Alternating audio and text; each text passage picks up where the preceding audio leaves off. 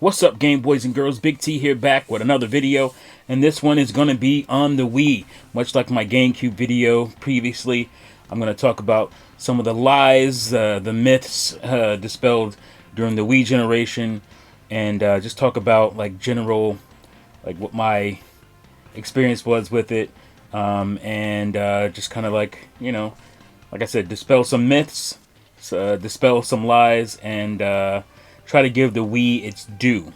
Alright, so before we get started though, I want to apologize because I left off a pretty big, I want to say it was a big peripheral, but for me it was a pretty cool one for the GameCube, and I want to put that out here now. And that is the DK Bongos, which I love. If you know, you know. Standout games using this were Donkey Kong Jungle Beat, as well as Donkey Konga, which is a music-based game using the bongos. And the cool thing about Jungle Beat, you move left and right by tapping on the bongos here. You clap for all kinds of stuff. It's pretty cool. So I thought it was a pretty clever use of a peripheral, and actually made a traditional-looking game feel different. So yeah. Now let's move on to the Wii. As you guys all know, the Wii was, before the Switch, Nintendo's most lucrative era.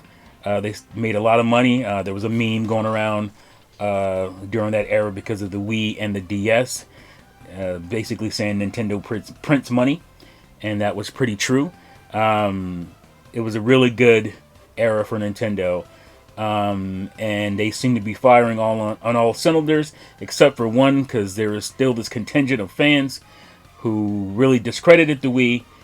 It was mostly the HD Twin fan base who were upset that this little two GameCube stuck together system that could really handle them this generation. It was the talk of the town. It was a rave. It was a phenomenon, the Wii was, and a lot of guys, some girls, couldn't handle the fact that the Wii basically won that generation, even though it didn't get the respect of the winner. And we'll talk about that too. So, first, let's get into the peripherals. Hopefully I can do it right this time and not have to come back to it. Make sure we're rolling here. Alright. And we'll get through that, and we'll talk about some of my launch experience and whatnot. So as you can see, I got a lot of stuff up here, mostly games.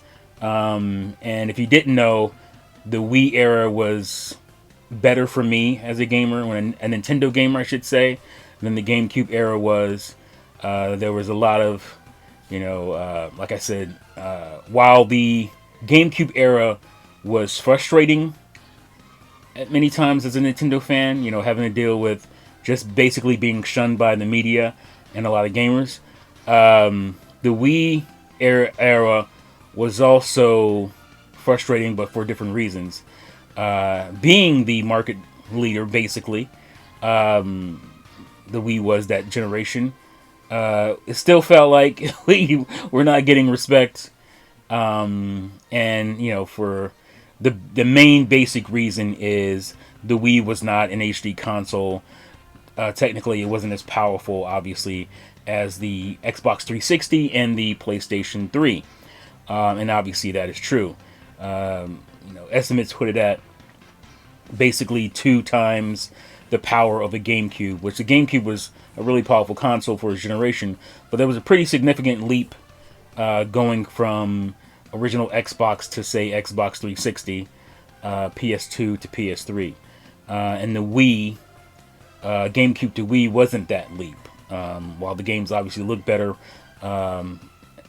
you didn't really, it was hard to tell, it was a lot harder to tell that these weren't just slightly better GameCube games. And so that was the main reason. And also, well, maybe not the main reason. The other fact was that the Wii was such a phenomenon, it caught on with people who didn't really, play video games anymore or ever. It caught on with moms and soccer moms and old folks' homes, senior citizen homes. It was a phenomenon, and a really cool one. and it should get credit for that as being a system that basically bridged the age gap from 9 to 90, even earlier, obviously. So, but yeah, so let's get into it. All right. So the Wii came out. I need to look these things up beforehand. But again, it was late November of 2006, which was a year after the Xbox 360 that came out, and the PlayStation 3 was within a week or two of it launching, similar to what happened to the GameCube with the original Xbox. They were pretty close in launching, and same thing happened with PS3. And both of those systems that were a year behind Xbox 360, it jumped out there, and obviously it had its issues for rushing the console, as you know, the Red Ring of Death. But the Wii had no such issues. It was a very exciting console from the beginning. When the Nintendo Revolution was announced, Iwata holding it up at an E3, I think it was 2005. And people got really excited, and it showed, basically the virtual console. Again, this is the stuff that was never happened before. You're telling me I can play all these games from previous generations of Nintendo and other consoles as well. TurboGrafx 16, Sega Genesis. Was Sega Genesis on the Wii Virtual Console? I'm pretty sure it was. It wasn't Wii U when it started. Yeah, it was on Wii. And then obviously the Nintendo consoles as well. You can tell me I could play all of that on one console with the new games and GameCube and everything. But yes, the GameCube also could play on the Wii. I think it was 99% of GameCube games worked. And I can tell you one right now from my own experience that didn't work, and it was Teen Titans for GameCube. It will start to play, but when you get into the actual game, I think it will get you through the tutorial part. But when you get into the actual game, it's a no-go. So that's one GameCube game that I know won't work on the Wii. But it played most of the games. Like I said, 99%, and some games fell into that situation where it didn't work. So let's start with the most revolutionary thing about the system, and that is the controller. And it is a Wii remote. As you can see, it looks like a remote control for a TV, and nunchuck. And it is motion controls. So you move and play your games, some of them, most of them, using motion controls, which is polarizing. Some people love it, some people hate it. I think there was never really in between. You either like it or not. I'm on the side of I loved it, and it really galvanized me again with gaming and made gaming fresh again. And as you can see, you just take your Wii remote or your nunchuck cable, plug it into your Wii remote, and then you have full 3D type of games. Obviously, this is your pointer, so you can point. It depends on the game, obviously, how it's used.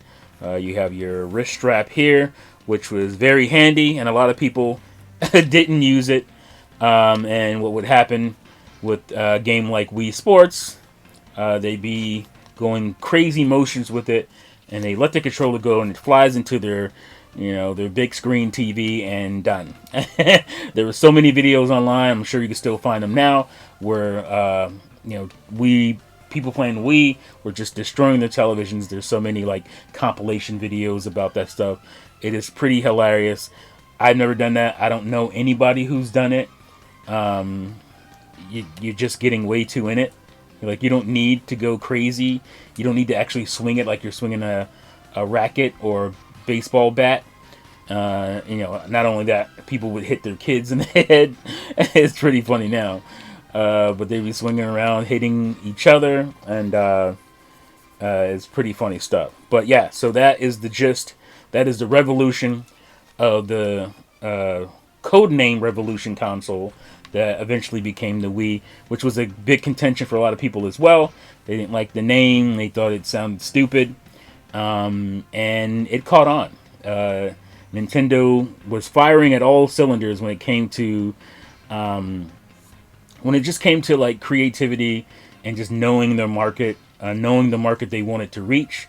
They called it the blue ocean strategy, and so they were just going out there and making sure they were grabbing people who had maybe stopped gaming because it got too complicated for them, or people who never gamed before, and showing something very simple. Oh, my movements can control the character or whatever on the screen, and that was a very interesting thing for a lot of people who had never touched a video game before or had stopped playing video games, like I said, because they got too complicated. But yep, so that is the gist of it.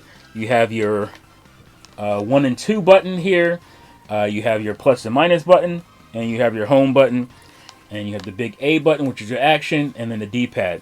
The cool thing about the Wii Remote itself is you can turn it on its side, and then you have a traditional controller from the NES Super Nintendo era. So there were games that you could play like this. There were games that you could play with only the Wii Remote. But like I said, when it came to playing classic games, from yesteryear in the Virtual Console, they had other controller options as well.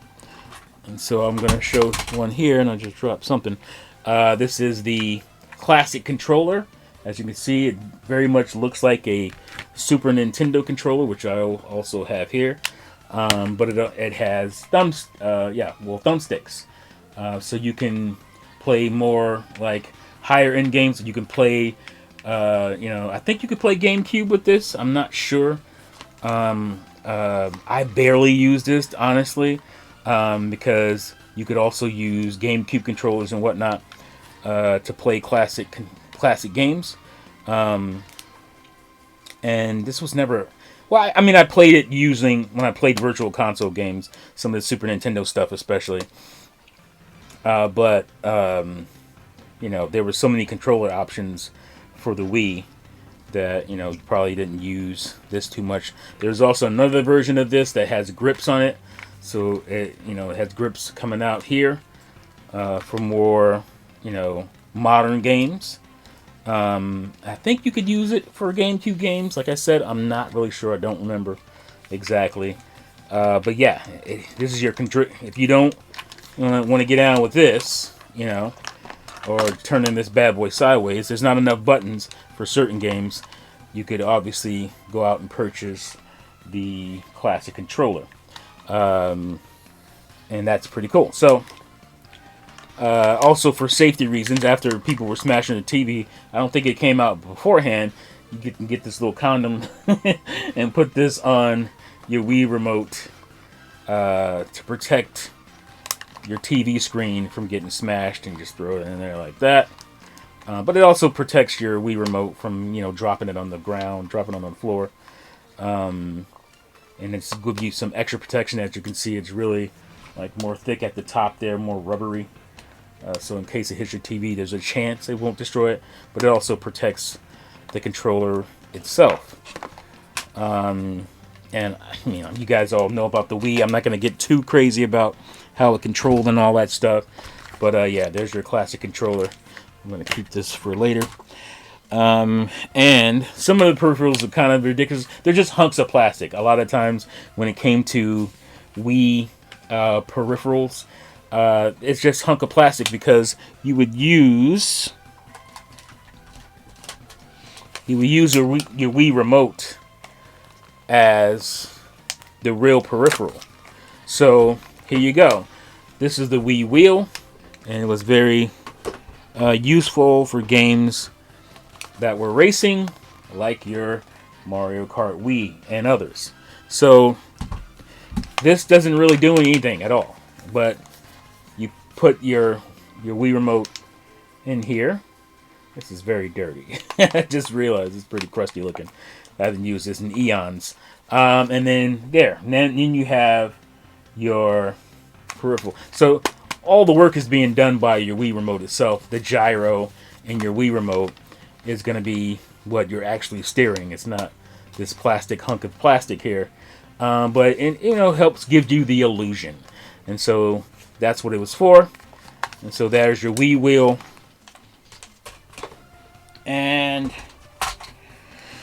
the other big thing was the Zapper. You know, they're trying to bring back the NES and the Zapper. Again, this is just a hunk of plastic. It does nothing without the Wii remote itself. And so you would slide your Wii remote in there, click, click, click, click, click it down. And then you would also add, for really cool games, you would add your nunchuck on the back. So you plug in, and there's compartments and whatnot for you to get rid of all your wires. I'm not going to go through all that right now. But plug that in there. There's a compartment right here. You can take your wire and wrap it up and put it in there. I'm not going to do that right now. And then your nunchuck would sit on the back here and give you almost like a Super Scope 6 kind of feel. And see, there you go. Your remote nunchuck, you could still use this to move around in 3D. And then there's your shooting. And that is basically just hitting your trigger button on the Wii remote. So you can move around. And I did this a lot, especially in this game here, Link's Crossbow Training. I believe this came with the Zapper itself. And this is a really fun game that nobody really talks about. It uses the Twilight Princess graphics and setup, and gives Link a crossbow, and there's all kinds of cool shooting game mechanics in there.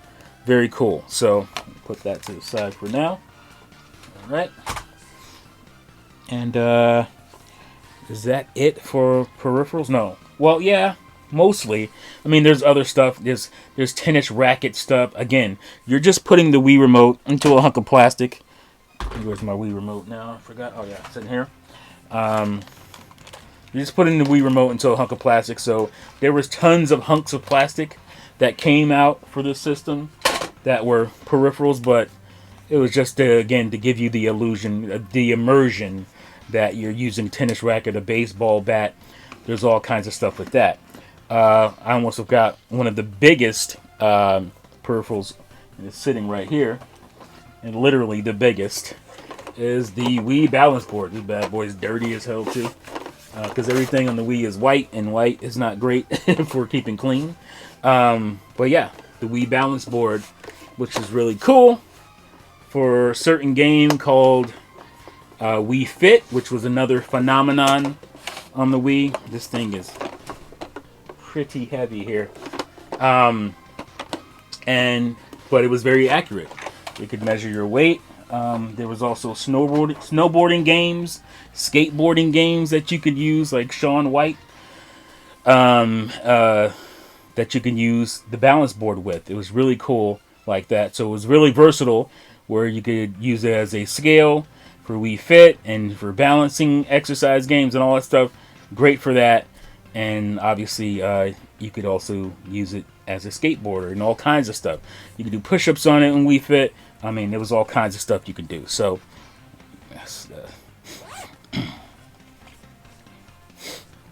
so yeah. Oh yes. So let's show a couple more things here. So eventually, and that they wanted this from the beginning anyway, because they would show these little demos of people using the Wii and really specific things.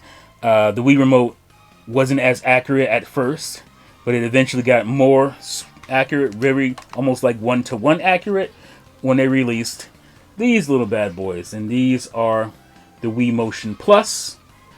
And you plug these in to the bottom of your Wii remote, and it also, the cool thing is that it gives you another extension. So if you want to put your nunchuck in the bottom of that instead of not having to worry about that, you can do that as well. But this gave you 1-to-1 motion, which is what we always thought the Wii was going to do. But this actually gave you finally that 1-to-1 motion. And they eventually came out with controllers with it built in, so you didn't have to have that dongle anymore. If you can see it or not, on the bottom it says Wii Motion Plus inside. So it just meant that the Wii, this is built in. This little thing here is built into the controller, so you no longer need that little add-on. And I have a couple of those, and it was really good for a game that came out super late on the Wii, and that is Legend of Zelda Skyward Sword, which got a remaster on the Switch, as you all know. But this game thrives on one-to-one motion because you're moving the sword around, and it has to be accurate. The cool thing is this came with a soundtrack, the game itself, and this beautiful Wii Motion Plus Wii Remote with Zelda insignia, the Hyrulean crest there, nice gold and white coloring, and like I said, Wii Motion Plus built inside. Very cool. Yeah, so I think I got one more thing to show here. Not really a peripheral, but came in handy, and that is the Wii to HDMI, because the Wii was basically out of the box an AV audio video console. And as you can see here, this goes into your Wii, that part, and out the back comes in HDMI. And you didn't need this because a lot of TVs at the time, even HD TVs, still had audio video hookups in the back. But if you wanted that, you wanted to really utilize your HD TV, you would like something like that. Let's put that off to the side. I know I'm going to forget something here somewhere. And obviously, this is a major part of the Wii. This is the sensor bar. And you needed to put this either on top or under your TV. You had to calibrate it at the beginning when you're setting it up. And so that is a huge part. That's what all your motion stuff is being calibrated from, is using that sensor bar. Alright, so I think I pretty much covered everything when it comes to that kind of hardware stuff. The Wii didn't have a lot of peripheral hardware. Again, like I said, it was a lot of hunks of plastic. The Guitar Hero guitars, you would stick your Wii remote into that, and again, that's where most of your power, as far as your wireless stuff, your wireless, remoting, or your, like I said, your zapper, all that stuff required you to have a Wii remote. Well, obviously you need to have one with your system anyway. So, as you can see here, I have two Wiis. They're not fully in camera here. So, I'll just pull up one. This is my day one Wii 2006, November, whatever, late November teen. And this one here actually started to have audio video issues, so there's something going on with the AV multi-out. It'll work, but every once in a while it'll flicker, or it won't want to work. So, but that happened, after the Wii, basically after I already got my Wii U, so it didn't matter. But I'm holding on to it. But yeah, because of the nostalgia factor. And then, as you can see, it comes with this little stand here. It's cool because from the side it looks like kind of cool looking. It's kind of slanted looking. It's not actually slanted. It's just there's a ramp that makes it do that. And when you get notifications on Wii, or you play a game and then turn it off, this nice little blue LED will show up, which is one of my favorite things about it. I didn't want to read my messages because I like that blue LED. It's one of the cool things about it there. If you look at the console itself, the front here, obviously that's where the disk drive goes in. Your power, your reset buttons are there. Click this open, that's where your SD card goes. And this is your sync button, so you can sync your controller there by pressing that sync button there. And then if it unsyncs somehow, I'll just use this one right there. That little orange button in the back here. It's probably easier to see if I take this off. So if you look right there, that's your sync. Click on that, and there you go. Obviously, this takes AA batteries, which was a contention for a lot of people. But I used rechargeables, so it wasn't like I was buying batteries all the time. I just use rechargeable batteries. They came with third-party rechargeable battery packs, so it never really was an issue. Same thing with the Xbox 360. A lot of people, some people would complain about, but I'm like, well, just buy a battery pack, you know, and or buy rechargeable AA batteries, and you're good to go. So that's always an option. All right, so like I said, there's a stand, and you can see there's stickers on there. I got these stickers probably in a Nintendo Power somewhere, and it says Wii Sports, obviously the flagship title for the Wii. I also have Wii on that side and Wii on this side. I was very excited about putting stickers on my Wii because I thought it was kind of bland looking, and I wanted to give it some flavor. And as you can see, I have it on the stand. Did I show that? Yeah, I think I showed it already on the stand there. So move that to the side for a second. Alright. Also want to show this because this also came with a Skyward Sword. This basically map of the world, which is pretty cool. Surface World map. This came in the box for the collector's edition. What do they call this? They don't really say it on the box. But it's 25th anniversary of Zelda was that year. So, what, 2011 when it came out? So yeah. And here's the black one. I bought this pretty late. I would probably say 2010 maybe. There wasn't a whole bunch of colors, and that wasn't really something I cared a whole lot about. But so yeah. Well, I have this here. As you can see, this is your GameCube portal, basically. This is your GameCube area. As you can see, you have the 4 controller ports there. You have the 2 memory card slots for your GameCube memory cards. They go in there. They do not work for Wii. That's what the SD card slot is for. That's where your memory for your Wii is. I'll show you the back here. There's your power. There's your AV. And that little orange one is the sensor bar. That's where it plugs in. So, but yeah, this is a full-on GameCube.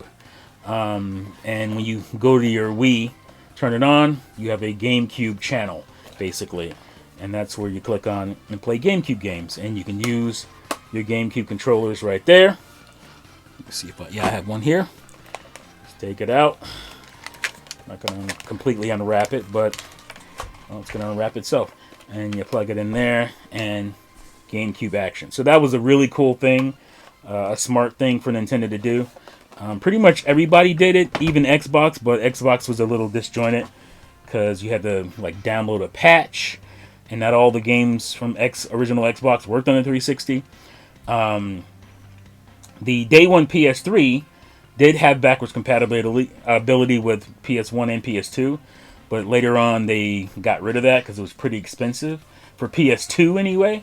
So PS1 is still compatible. A lot of people don't know that, but yeah, the PS1 plays, or PS3 plays all PS1 games. Doesn't matter what PS3 you have, from the original day one Fat to the, what do they call it, the Super Slim. They all play PS1 games, but just PS2 games. Because of the Emotion Engine, they took that out of later PS3s for cost reasons. But this is not about PS3. This is about Wii. So let me pull this, move that to the side here. All right. All right. So as I said, the Wii is one of my favorite Nintendo consoles. I favor it more than GameCube. I know some people think that's crazy. I actually did a video some years ago where I did a versus... GameCube versus Wii, and surprise, surprise, Wii won.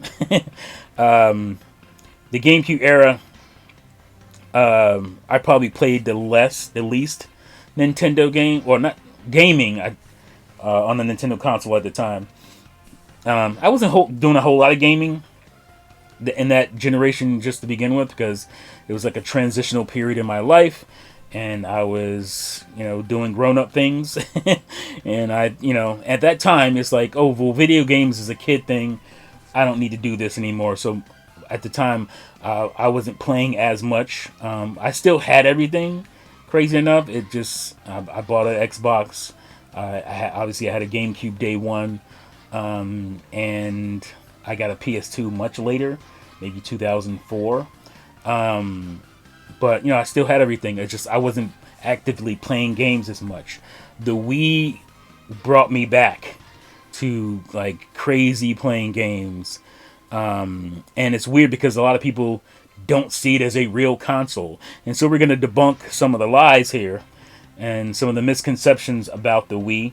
Now, obviously, like I said, the biggest sticking point for a lot of people when it comes to the Wii is the fact that it's a motion control console.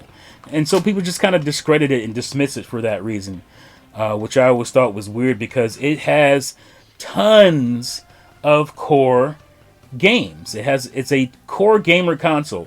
Yes, everybody knew it blew up and everybody knew it for the like I said, the motion factor, the Wii Sports, those types of games, or Wii Fit, and Nintendo, they pushed that stuff. It wasn't like they didn't push it.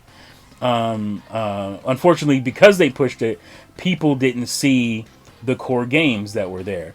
And there were tons of them. There were way more core games than there is shovelware. Now, it's funny because a lot of people give the Wii a lot of crap for shovelware, as if everybody didn't have shovelware. If you were a popular console, you had a ton of shovelware. If you were a console that was popular, that that a lot of casuals had, like a PS2 or the DS, there is a ton of shovelware on there for you. So yes, this console, destroyed its generation. It ran the show for its generation. This is a PS2 Slim, if you didn't know. But there is a ton of garbage on here because it was so popular.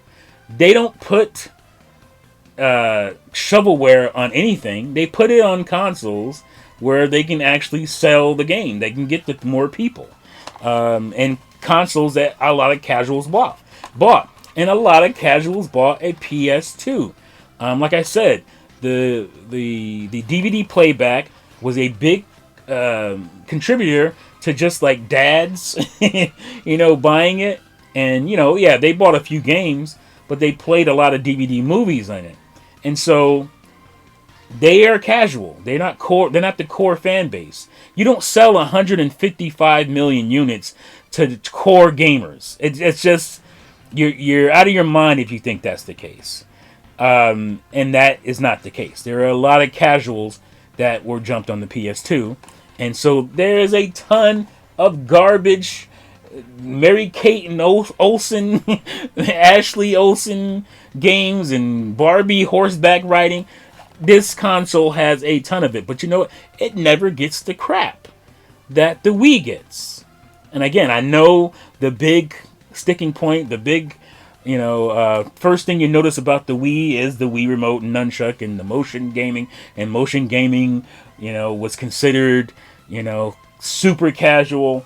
And a lot of that has to do with just jealous fanboys, angry, jealous fanboys who want to bring the console down, especially the console that was the market leader that ran the market at the time. Nintendo ran it big time, while the two HD twins duked it out for second place.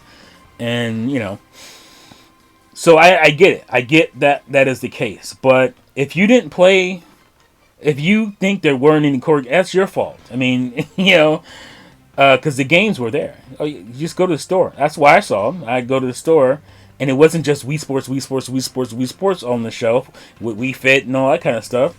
There were core games sitting on the shelf for Wii, and we're gonna go over a lot of them here today. But first we'll get out of the way some of the quote unquote, and these aren't casual. I mean, these are casual games for them. They're casual, but they also have some coreness to them, and they also the big thing is that they really exploit and show you the benefits of Wii motion gaming and whatnot. So we're going to go through a bunch of those The thing I hate about doing these types of videos is that I have a huge mess that I have to clean up afterwards. I have to put all these games back, and a lot of times they're really organized. I have them organized, and I would like to put them back the way they were, and so it's just a pain in the butt. But I like doing these kind of videos, and you guys seem to like it. So, my day one experience, I was able to pre-order my Wii. I think a month or so in advance. So I wasn't worried about it. I got mine, no problem. But I did go and stand in line with some friends who wanted it. I had a friend of mine's mom who wanted one, and because she got swept up in the whole the craze that was the Wii, and it was crazy. Like it was bonkers. How people went crazy for this console. People who don't even play games, like my friend's mom. And so I stand in line with them. It was cold, but it was fun. It was a great atmosphere. Everybody was out there excited to get their Wii, and it was fun. Unlike the GameCube, actually for the GameCube, I think I got 4 or 5 games on launch day. For the Wii, I got 3, and not including the pack entitled Wii Sports. And I'll show you those when I get to them. Oh, yeah, I have them right here. All right, so let's talk about those. All right, so one of my first games for the Wii, which is Metal Slug Anthology, which is great. I think there's 5 games. Oh, 7. Is there 7 Metal Slugs on here? Yes, there is. There's Metal Slug, Metal Slug 2, Metal Slug X, Metal Slug 3, 4, Metal Slug 5, and Metal Slug 6. So, wow. I didn't realize. I thought there was 5 on here. But yeah, there's 6 Metal Slug games in here. Metal Slug games are awesome. And if you haven't really gotten into that series, if you like side-scrolling shooter action games, it's hard to beat. These games come from the Neo Geo? Fantastic games. SNK. Yeah, they just have this flavor to them, and they're all really good. If you like Contra, that kind of stuff. So yeah, I remember I did a school project using Metal Slug and whatnot. It was fun back in the days in college. So put that to the side. That was one of my launch titles. Another one was Excite Truck, which was awesome. The cool thing about Excite Truck is that you can I think the original Xbox did this with its hard drive. This lets you rip your own tracks. There's some stipulations, some limitations to it, but you can rip your own tracks and listen to your own music while you play this game. And that was cool. And there's a couple other games that did that as well. But the Wii had some cool features, man. Cool features like that. Also like the photo channel. I'll talk about that in a little bit. But the big one for launch was Legend of Zelda Twilight Princess. And this is, similar to Breath of the Wild. This game was held on the GameCube, because this is a GameCube game, to be a launch title for Wii. And so the GameCube game actually came out, I think, a month after this. It came out in December. So they held off the GameCube one to try to entice you to go out and buy a Wii instead, even though there was no Wiis available. Those things sold out crazy, and they were, sold out for months, a year after. But yeah, this is the controversy about this game is that the world is completely flipped backwards, because of the Wii remote motion and whatnot. So if you play Twilight Princess HD or Twilight Princess on the GameCube, the world is flipped. It's mirrored, basically, because of, having to have your right hand as the sword. Whereas it's the left hand in the original. Link used to be a left-handed sword wielder. They kind of changed that later. But, yeah. But it's the exact same game, obviously. But this one has motion controls. This is more waggle than it is anything. But there is really cool pointer stuff in here. So for your boomerang, for your bow and arrow, it was really cool to be able to actually point, your bow and arrow and target things. So that was a lot of fun. And Twilight Princess is pretty good. All right, and I think those were the only 3 games. I feel like there might have been one more, but I don't remember. I was doing a lot in those days, so I can't quite remember. But I think those were the only launch titles I got. But yeah, so like I was saying, there are a lot of games that came out that really used the Wii Remote and nunchuck really cool. The motion controls really cool. But I'm going to show you some quote-unquote shovelware titles. So you have stuff like this, like Heavy Fire Afghanistan. These games are still fun. I think you would consider this shovelware, and as you can see, it is Zapper compatible, which it's a weird thing to say that it's compatible with a hunk of plastic, because the Wii Remote does all the work. There's Pacific Liberator here. These are pretty budget. These are like budget titles. They were very. That was a cool thing about Wii. That there were a lot of budget titles on here. So like I said, you can get into core games if you want to.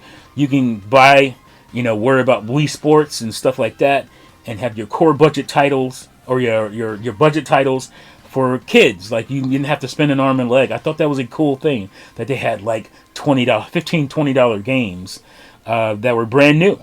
That kids could have fun with. We'll save those for later. But so stuff like that. I might have a few more to show later. But again, this system right here. You can see it. Yeah, there we go. Very popular system. Tons of shovelware on the DS. Tons. And the 3DS also is not safe from having shovelware. It was a very popular console, and so anytime you get a console that is very popular, that serves higher margins of a demographic, like the DS did, a lot more females played that game or played that system, and so they would, put out my style makeup for the DS, and a lot of My Little Pony stuff or whatever, because they were serving a demographic that Nintendo brought into the fold. So, but speaking of DS, here's a cool series that I believe was started on DS. I'm pretty sure it did. The Trauma Center series, and you got Trauma Center 1 and New Blood and Second Opinion. Both very cool games. If you know about these games, you kind of play like this doctor. It's like Operation, that game from back in the day. Maybe it was Parker Brothers or somebody. Operation. Don't touch the sides. You use your Wii Remote like it's a scalpel, and you do all kinds of operations. It's very cool. It's anime style and whatnot. It kind of reminds me of like a, almost like a, what do they call those? Motion novels or whatever they call. I never remember the name of these games, but like Ace Attorney, that kind of game, and basically that's what the Trauma Center feels like. It feels like doctor version of Ace Attorney in some ways. So really cool, unique games. I don't think this is on anything else. Fragile Dreams is freaking awesome. And it would utilize the Wii Remote in special ways. The Wii Remote, I forgot to mention, has a microphone, not microphone, but a speaker on it. And so a lot of times, certain sounds wouldn't come through your television speaker. They would only come through here, again for immersion. And there was cool things with Fragile Dreams, Zack and Wiki. I'll show later. Lots of games really utilize that. Even Mario Galaxy, when you're collecting coins, you can hear the coin collecting on these speakers here really loud and clear. Very cool stuff. And that's the kind of stuff that really excites me about a Nintendo console. And that's why, like I said, the Wii is higher up on that mountain than the GameCube and N64 as well, because it did a lot of cool new things that we hadn't seen in gaming. So I like when Nintendo's creative hat is really being worn and they're showing some cool stuff like that. Alright, so, but the Wii had some really cool games. Here you have Kirby's Epic Yarn, which would have made a really good remaster. I'm surprised they didn't do a remaster for this game, because this is a beautiful creatively, artfully designed game that would look really cool in 3D or 3D and HD. And I'm surprised they haven't done that one. I feel like they have, but I'm pretty sure they haven't. Here's a cool series that started in this era, the Bit Trip series. Nothing really. I mean, these games are unique in their own right, but it has nothing to do with like Wii Remote and kind of stuff like that. This was a polarizing game, I guess. Although I loved it for what it was, and I never really took it as a Paper Mario game. Although it obviously is, it's Super Paper Mario. The cool thing about this is you can go from a 2D world and change the viewpoint and go and see the world from the side of the, if that makes any sense. But this is Paper Mario in name only because it gave you the quirky characters, the with personality and whatnot, but gone was the battle system that people loved about these games. And this is way more of a side-scrolling action game. There is story. This is a story-based game, but this is when it really changed. This came after Thousand Year Door, so it was pretty polarizing. Speed Racer. Speed Racer. I believe this was on other consoles. This wasn't locked to the Wii, but again, the Wii Remote, the motion made this game so much more fun. I don't think if I was just using a joystick, this game would be as cool. But the fact that I'm using the Wii Remote and using it to steer and all that kind of stuff made this game way more fun. I like this way better than I like the movie, that's for sure. Speed Racer, the video game, as if anybody would confuse this with the movie. But yeah, I like the game a lot. Blazing Angels. This is not a budget title. It was a cheaper title. I don't think this is a full price game. But again, this game feels really good to control. You're flying around. You're a fighter pilot. It's like World War II era-ish. You're flying around in biplane. What do they call it? Biplanes. You can see on the front there. And fighter jets from that era, the World War II era. It says, Squadrons of World War II right on the front. And it just has a really cool look. And again, the controls are really cool. You have to be in the motion, but it's really fun. And here we go. The Endless Ocean games. They just released the third one on the Switch. So these games also have that feature where you can put in your own soundtrack and whatnot to your SD card. And they're just really relaxing. What do they call these? Cozy games, I guess they call them. The graphics are really nice on both of these games. And I still haven't gotten the Switch one. I got to grab that for sure because I like the series a lot. So there you go. Now I'm going to stick to the more creative games. Like I said, I put so many games up here. How far? What are we at? We're at 48 minutes already. Oh my gosh! I got to get this thing going here. All right, so I'll put these down here for now. All right, so again, Zack and Wiki. Zack and Wiki, very creative game by Capcom. Sold like dookie. But again, because a lot of people miss the core games, this one is fantastic. This is one of the best games on the Wii. And it utilizes the Wii Remote, the motion controls and all that stuff. This is a kind of puzzle platformer. Fantastic. All right, here's more games that utilize motion controls. Pretty cool. Blastworks, puzzle game. You guys probably know the Blob series. There's 1 and 2. I believe Steven Spielberg produced these or something really interesting like that. I think these are also on the Switch, the remasters. If you want to do that, this one is really good. Twisted Towers. I think you can create levels and share them online. This was a really fun game. I think it was also a cheaper game. Here's another one, Rubik's World. Again, you can do a lot of cool stuff with the Wii Remote and whatnot. And there's like puzzle elements as well as basically a puzzle element type of game. You know what the Rubik's Cube is? Well, maybe some of you don't. Some of you might be too young for that. Here's more games. Bloom Blocks.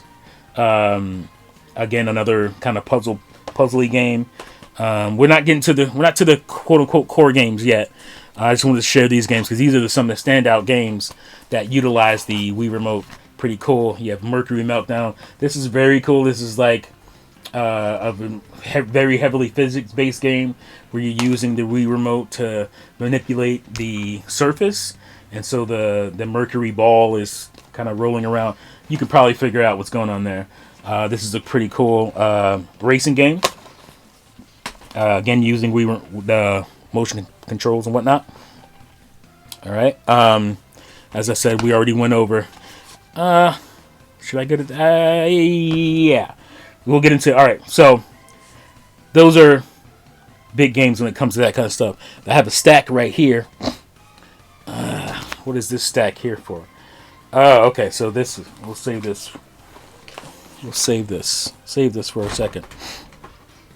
But yeah, so we'll save that. So now we're going to get into... I got stacks all over the place here. All right, so that's my core stuff. That is... Oh, here we go. All right, so let's get into... Because the Wii has a lot of genres. It covered way more genres than the GameCube, and obviously the N64. I'm trying to get this over so it doesn't knock over my... Here we go. So we'll get into these now. Let's get into these bad boys now. All right. Covering myself up here. One of my favorite genres in video gaming is the platformer. And so, obviously, it has two of the best platformers of all time in Mario Galaxy 1 and 2. Fantastic games. I go back and forth on which is my favorite.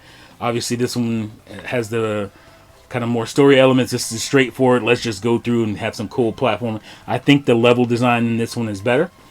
But I love them pretty much equally. So we'll put this to the side. Alright. Now, more Monster Demon Blade. I'm pretty sure this was a exclusive when it came out. I think it eventually ended up on the PS3, if I'm not mistaken. But this is a very beautiful, stylized 2D side-scrolling action game. Very good. So pick it up. You can either one. You can get it on the Wii, get it on PS3 or whatever. Fantastic. It might be on other consoles. I think it's also on Vita. I think I saw it on Vita. But awesome game. All right, so nothing really home to write about with Spyborg's pretty cool little action game from Capcom, right? Yeah, Capcom. Now we're going to get into more of the platforming stuff. So, Lost in Shadow.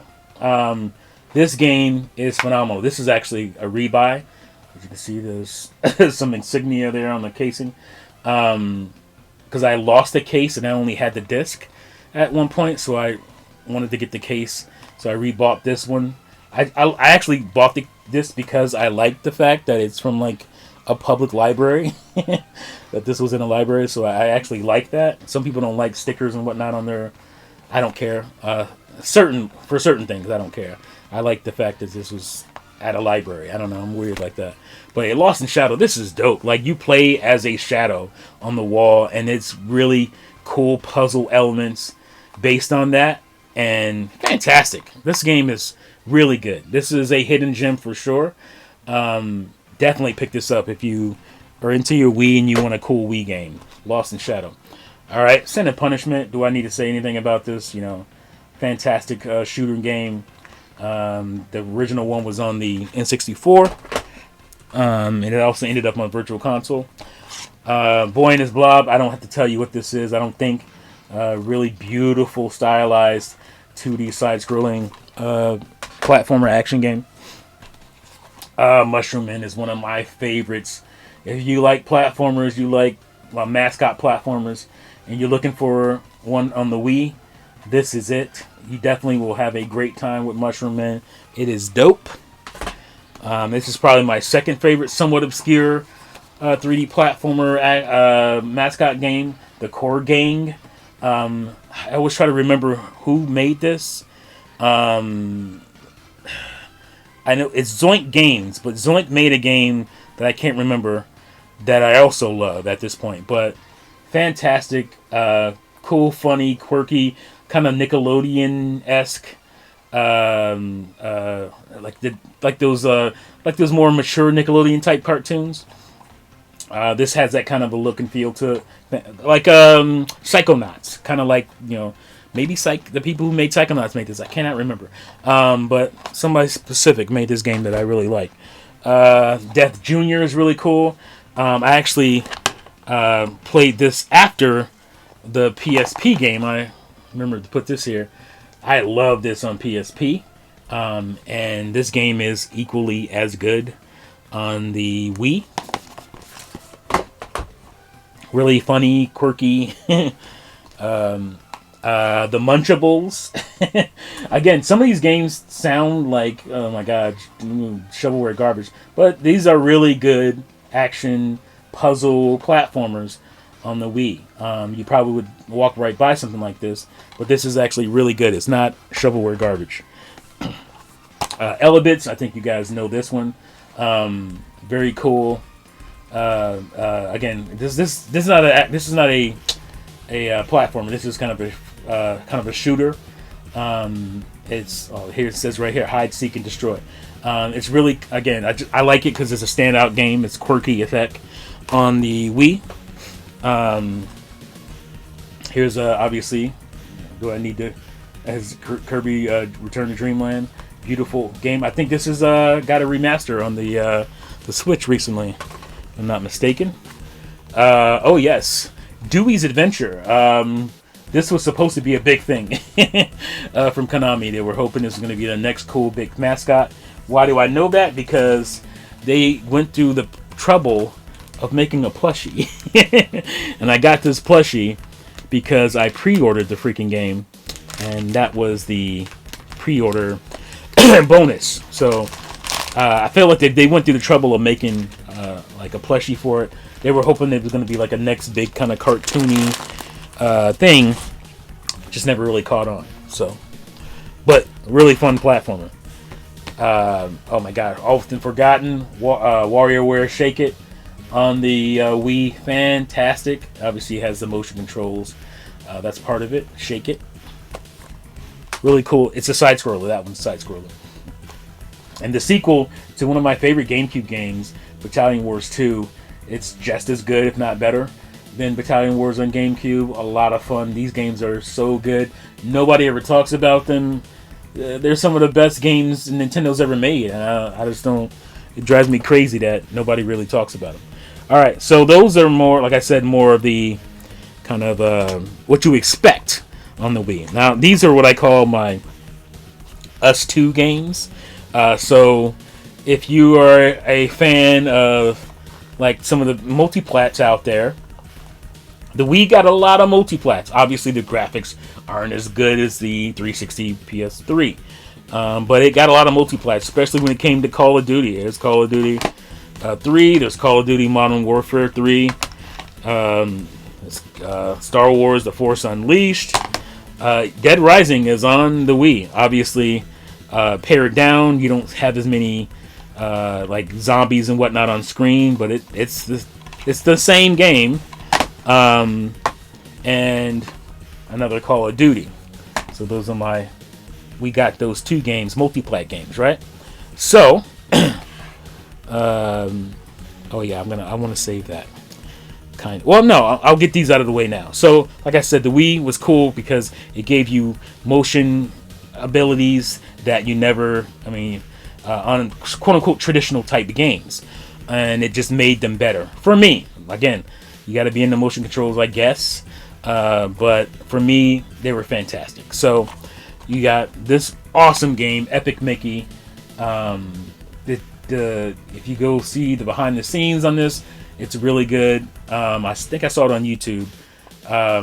And the guy behind... Is it the guy behind the... What's the games called? The Sims games? I think it's him.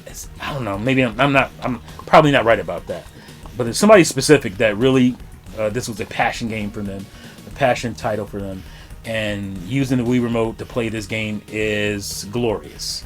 This game is, to me, pretty average if it's not for the motion controls. The motion controls makes a game like this because you're Mickey Mouse and you use the paintbrush, and that's what the Wii Remote is mimicking. Fantastic. here's another game I think is really cool because of the motion controls. Would be a traditional game anywhere else. Indiana Jones and the Staff of Kings. A lot of fun. The funny thing is, the one that's coming out on Xbox this year reminds me a lot of this because this also is this is a first-person perspective. Am I wrong about that? There's certain segments of it that are first-person, so you feel like Indy, and that's what I thought was cool about the new Indiana Jones game coming out soon. Rygar, it just feels right to use a Wii remote to swing that big, I don't know, the chain. What do you call it? It's kind of like a chain shield. If you know Rygar goes back to the NES. Fantastic series. I guess it's a series. But I love the NES Rygar, and I love this game too. Really fun to play with the motion. And Tomb Raider Anniversary. This is the original game. I guess you could say, yeah, this is definitely a remake, because the graphics are, much better than this. I think they're better in this than they are in the new trilogy remasters.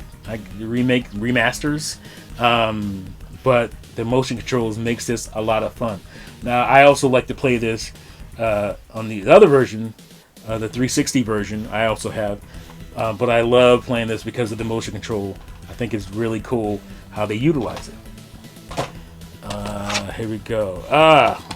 This is the definitive version of Resident Evil 4.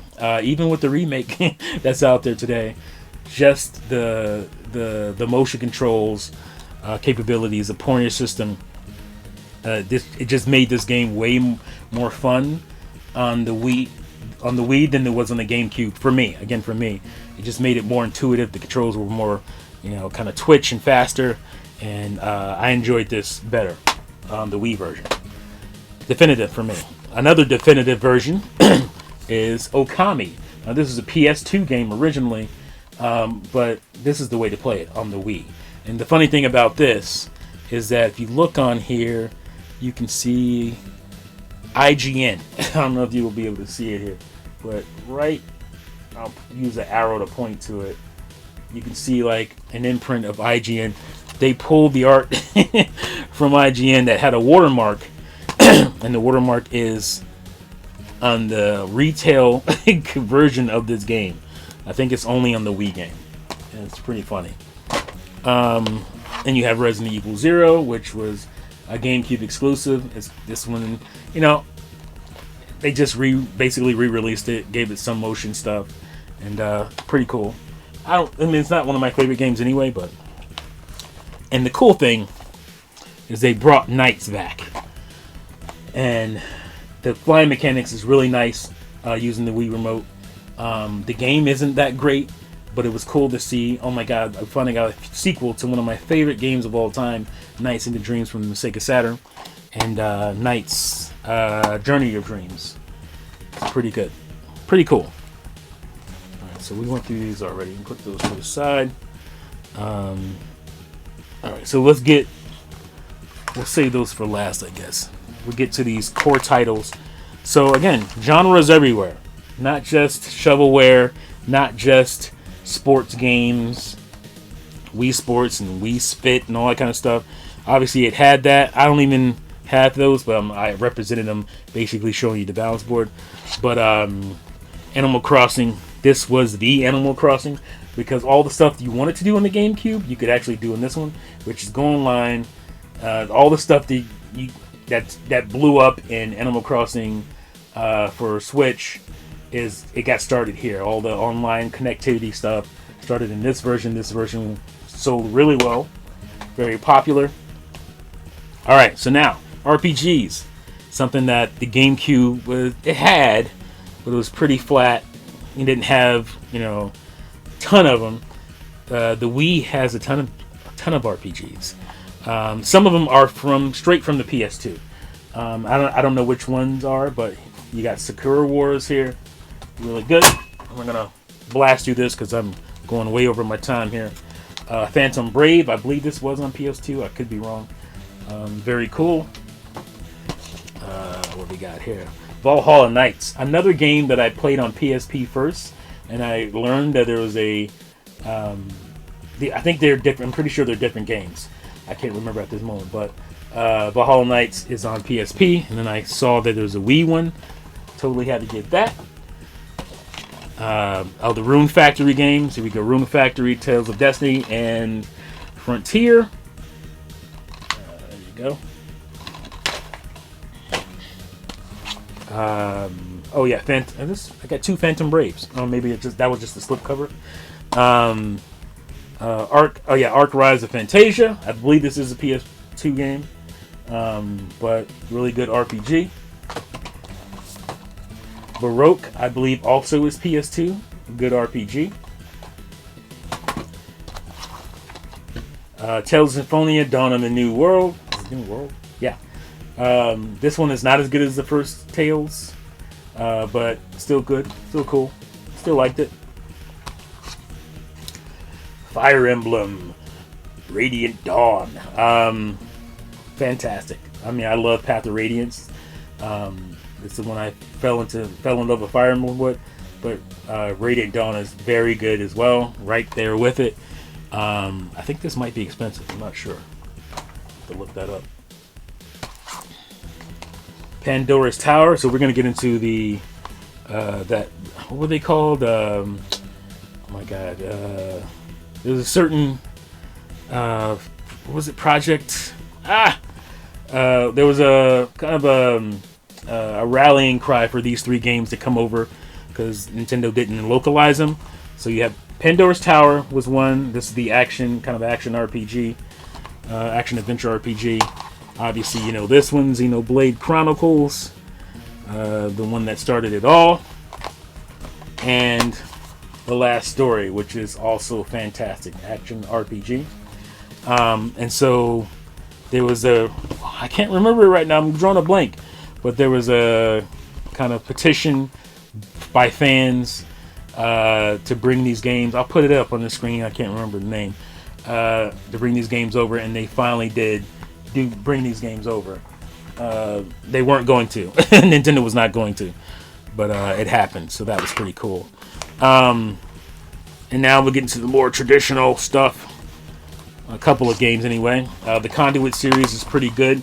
Very good first-person shooter games. I mean, they're not great, but what I love about them is they're really nice looking. They're some of the best looking games on Wii.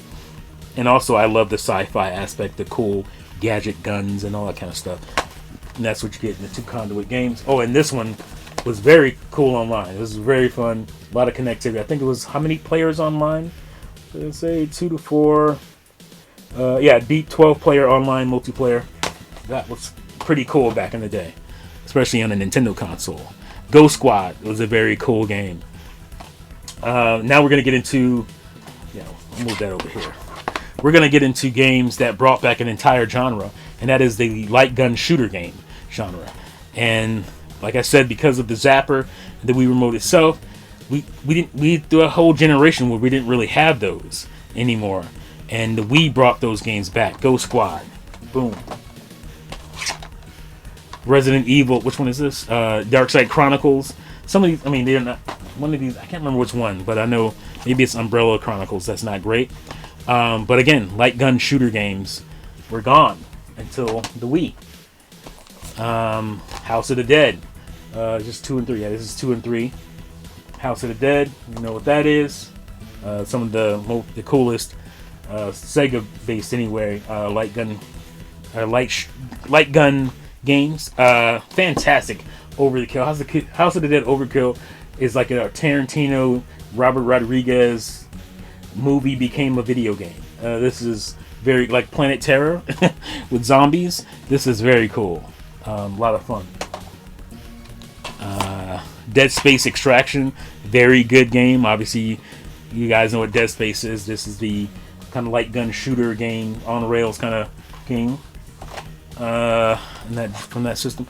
Oh, Mad World. I'm just not really supposed to be in this, but Mad World is fantastic. Made by Sega.